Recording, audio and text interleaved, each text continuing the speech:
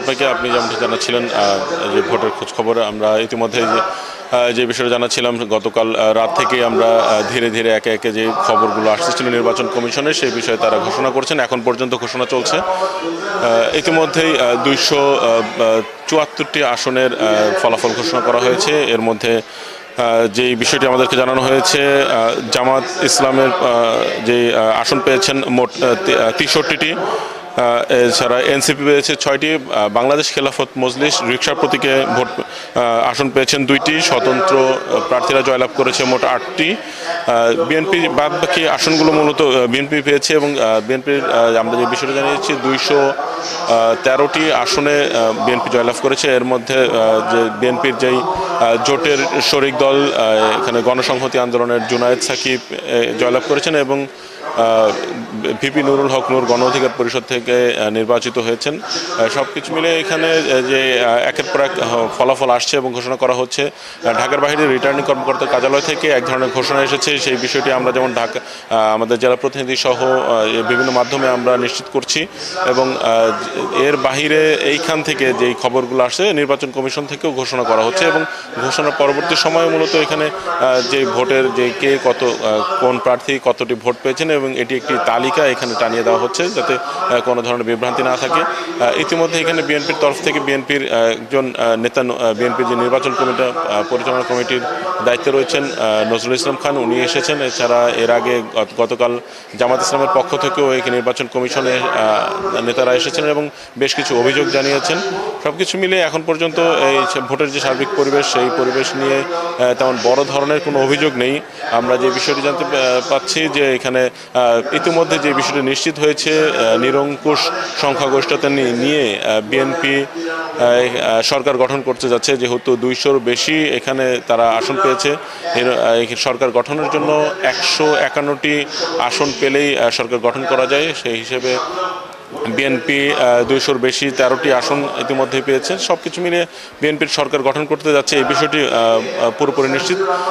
আমি একটি বিষয় জানিয়ে রাখছি, ইতিমধ্যে তারেক রহমান বিএনপি চেয়ারম্যানকে যুক্তরাষ্ট্র থেকে অভিনন্দন জানানো হয়েছে এবং ভারতের প্রধানমন্ত্রী নরেন্দ্র মোদী তারেক রহমানকে অভিনন্দন জানিয়েছেন। হয়তো তার স্বাভাবিকভাবে এই বিষয়টা নিশ্চিত যে আগামীতে তারেক রহমান প্রধানমন্ত্রী হিসেবে দায়িত্ব পালন করবেন। এছাড়া বিরোধী দল হিসেবে জামাত ইসলামের যেহেতু ইতিমধ্যেই 66টি আসন পেয়েছে, সব এই বিষয়টিও মোটামুটি নিশ্চিত যে জামাত ইসলাম বিরোধী দলে তারা যাবে। এছাড়া এনসিপির যেই বিষয়টি আছে, এখানে এনসিপির আহ্বায়ক নাহিদ ইসলাম ঢাকা 11 আসন থেকে নির্বাচিত হয়েছেন। এছাড়াও এখানে যা হাসনাত আবদুল্লাহ কুমিল্লা 4 থেকে, হান্নান মাসুদ নোয়াখালী 6 থেকে, ডক্টর আতিক মুজাহিদ কুড়িগ্রাম 2 থেকে নির্বাচিত হয়েছেন। আমরা যেই বিষয়টি হলো বলার চেষ্টা করব, সারাদিন আমরা গতকালকে ভোটের বিভিন্ন আসনে ঘুরেছি। ভোট কেন্দ্রের যেই আমরা এর আগে যে বিষয়গুলো অভিযোগ ছিল যে জাল ভোট দেওয়া, পোলিং এজেন্ট বের করে দেওয়া, এছাড়া অনেকেই নানান ধরনের অভিযোগ করতেন, মারামারির যে ঘটনা, সব কিছু মিলিয়ে তেমন আসলে বড় ধরনের কোনো জটিলতা আমরা আসলে দেখিনি।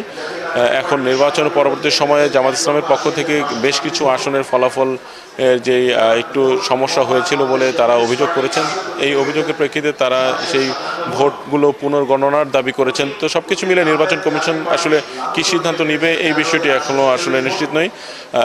তবে এখানে নির্বাচন কমিশনের পক্ষ থেকে যে 3টি আসনের নির্বাচনের ফলাফল ঘোষণা না করার বিষয়ে সিদ্ধান্ত নেওয়া হয়েছে, যে বিষয়গুলো নিয়ে এক ধরনের মামলা চলছে এবং একটি আসনে প্রার্থী জামাত ইসলামের প্রার্থী শেরপুর 3 আসনের প্রার্থী মারা যাওয়ার কারণে সেই নির্বাচনটি স্থগিত করা হয়েছে। এটা পরবর্তীতে পুনরায় তফসিলের মাধ্যমে সেই বিষয়টি ঘোষণা করা হবে।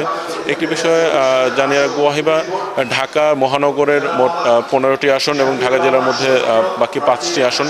ঢাকা মহানগরের 15টি আসনের মধ্যে 8টি আসন জামাত ইসলামের দাঁড়িপাল্লা প্রতীকের প্রার্থীরা বিজয়ী হয়েছেন। আমি একটু জানানোর চেষ্টা করব।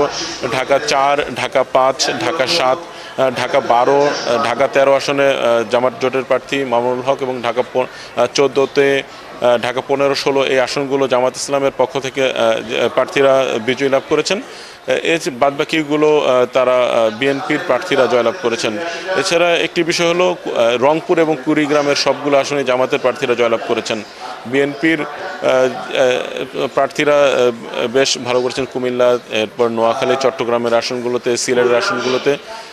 এখানে সার্বিকভাবে ভোটের ফলাফলগুলো আসছে, একের পর এক ঘোষণা দিচ্ছেন। সব কিছু মিলে হয়তো বিএনপির তরফ থেকে একটি প্রতিনিধি দল আসবে, এখানে কথা বলবে। জামাত ইসলামের তরফ থেকেও এখানে একটি প্রতিনিধি দল আসবেন এবং কথা বলবেন। সব কিছু মিলিয়ে ভোটের ফলাফলটা প্রায় নিশ্চিত। হয়তো আর 2 থেকে 3 ঘন্টার মধ্যেই 300 আসনের ভোটের ফলাফল ঘোষণা করা হবে। তখন আসলে পূর্ণাঙ্গ বিষয়টি জানানো হবে আসলে কোন দল কতগুলো আসনে জয়লাভ করেছে। ওয়াহিবা, ইস্টে ফুটওয়্যার প্রেজেন্টস ভোটের খবর থেকে এই ছিল নির্বাচন কমিশন থেকে সবশেষ তথ্য।